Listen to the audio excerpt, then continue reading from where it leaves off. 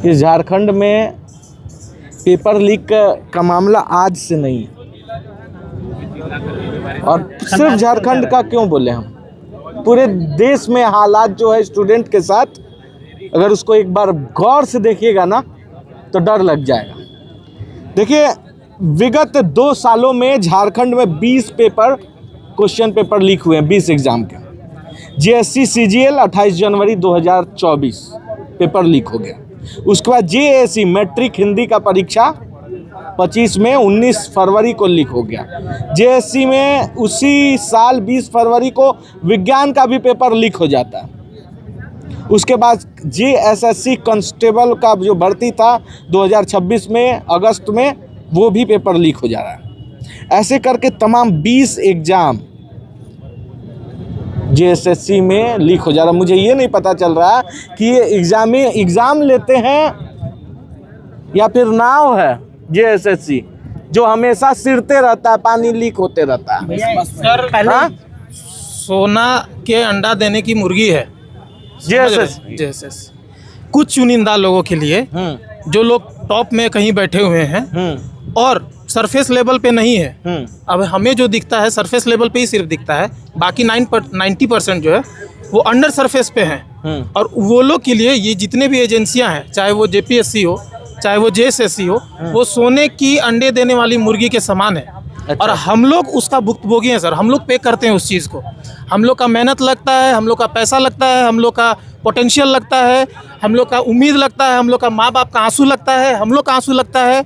और इस तमाम चीज़ों को लेके वो लोग उस चीज़ का नाजायज़ फ़ायदा उठाते हैं। जेपीएससी जेएसएससी के जितने भी एग्जामिनेशन हुए, एक भी एग्जामिनेशन बिना विवादित नहीं है।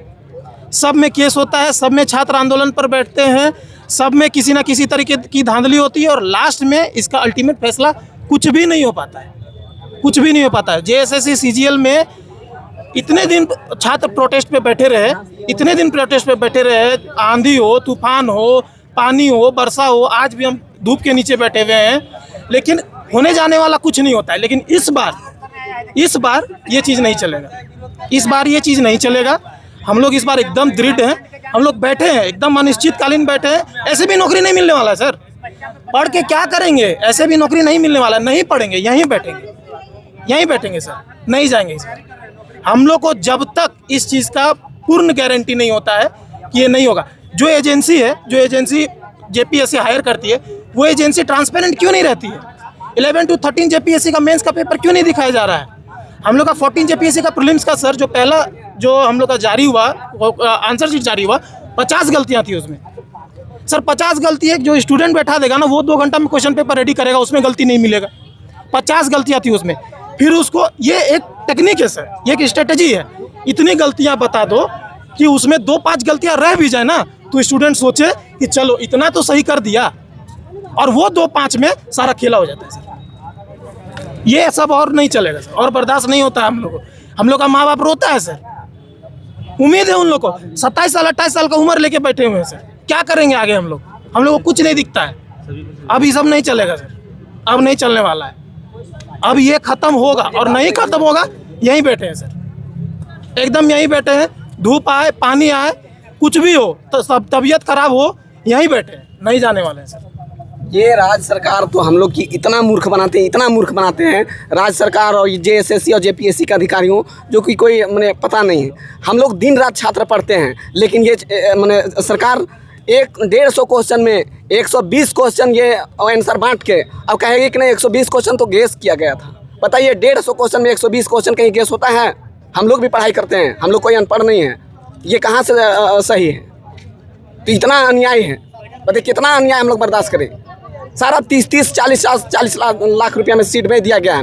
एक एएसओ अधिकारी जब एप्लीकेशन लिखता है तो उसमें एक एप्लीकेशन में 18 गलतियां पकड़ाता है। फिर भी कि सरकार के पता नहीं है कि हम लोग किस बेसिस पे आया है, पढ़ के आया है या पैसा की बदौलत आया है। कहेगा कि नहीं सब ठीक है, जांच हो रहा है। अरे कब जांच हो रहा है? कहाँ जांच हो रहा है? यहाँ पे कहा जाता है चोर मुसेरा भाई से सब सीआईडी जितना भी पदाधिकारी हैं और हेमंत, ये दोनों मिल के मोसेरा भाई का रिश्ता निभा रहे हैं। बस यही कहना चाहेंगे, ये दोनों जब तक रहेंगे तब तक हम लोग यहीं सीएम भी संलिप्त है। अरे पूरा सीएम अगर नहीं रहता तो बिना सीएम के क्या होता है भैया?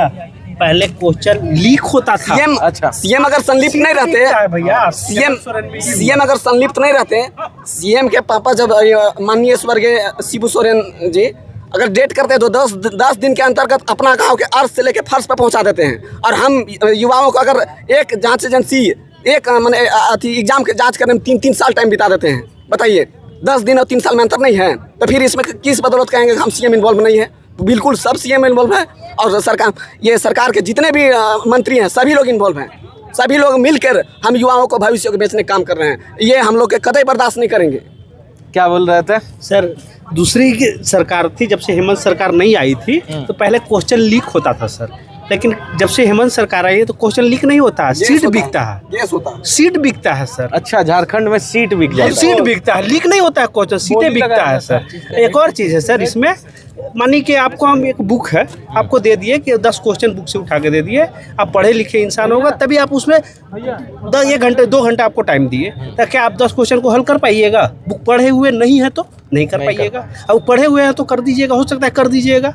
तो सरकार बताइए, सीजीएल जो हुआ था सर उसमें 68 क्वेश्चन जो था हेमंत सरकार ने क्वेश्चन जो बनवाया था उसमें सीजीएल से उठाया 20 को रीजनिंग डाल दिया, दूसरे सीजीएल का अथी उठाया मैथ डायरेक्ट डाल दिया। तो सर उसमें क्रम हुआ, ऐसा नहीं था, उसमें खोजना था कि यहाँ से वहाँ से नहीं, सॉलिड डाला हुआ था सर। डेटा भी चाहिए। अगर हेमंत सोरेन पढ़े रहते ना तो कोई सीट नहीं लीक नहीं करवाते क्वेश्चन और सीट बेचते। सिर्फ इतना स्टूडेंट को बोल देना था कि आप जाके सीजीएल का ये 2013 का है रीजनिंग पर वहाँ से पढ़ लीजिए, तो 2013 का सीजीएल का अथी हुआ मैथ का है क्वेश्चन वहाँ से पढ़। ये सरकार वो भी नहीं किए, इस सीट में बेच दिए। अनपढ़ वाला तो पूरा चिन्हार सी है इनका। अगर पढ़े लिखे रहते तो डायरेक्ट क्वेश्चन बोल देते जाके सीजीएल वाला पढ़ लीजिए भाई, वही वाला आएगा आपको हो जाएगा। इसमें आपको पता चलता नहीं चलता भाई, वो तैयारी किया था अगला हो गया। लेकिन यहाँ क्या बोलते हैं कि नहीं सीटों बेच रहा है और मिलियो रहा है। बताइए सेकेंड टॉपर आ रहे हैं भैया, जॉब कर रहे तो उनका 2 आधार कार्ड होगा तभी तो। मनोज तिवारी से जॉब कर रहे थे थी में टीडीएल कंपनी में जो भी थे, उसके बाद इसमें ज्वाइनिंग कर रहा है आपका अभय तिवारी से, पॉसिबल है? ये मनोज तिवारी और अभय तिवारी का खेल नहीं समझ में आ रहा अभी। जब भैया वो तो हम ही लोग स्टूडेंट वही बता भैया, तो हम ही लोग को नहीं समझ में आ रहा है कि क्लीन चिट भी देती है सीआईडी और फिर उसी को पकड़ती है। तो सीआईडी उस टाइम सही थी कि इस टाइम सही है? हम लोग एवरेज पर डे रेगुलर सुबह शाम मिला के कम से कम 12 से 14 घंटा पढ़ाई करते हैं, फिर भी हम लोग एक एग्जाम में टॉप नहीं कर पाते हैं, या सेकेंड या एवं का 10 नंबर भी नहीं, टॉप 10 में भी नहीं आ पाते हैं। लेकिन वो पता नहीं कितना पढ़ते हैं कि हर एक एग्जाम में top 1, top 1, top 2, top 1, top 2 रहते हैं। लगातार 5 एग्जाम में जेएसएससी, सीजीएल, पीटी में, पीजीटी टीचर में, जेपीएससी पीटी में और अनेक ऐसे कई एग्जाम है जो कि हमेशा सेकेंड टॉपर रहे हैं। अरे भैया कितना पढ़ते हो? सबसे ज़्यादा पूरा इस राज्य के मैंने सब जितना भी स्टूडेंट है सब में ज़्यादा तेज आप ही हैं सर।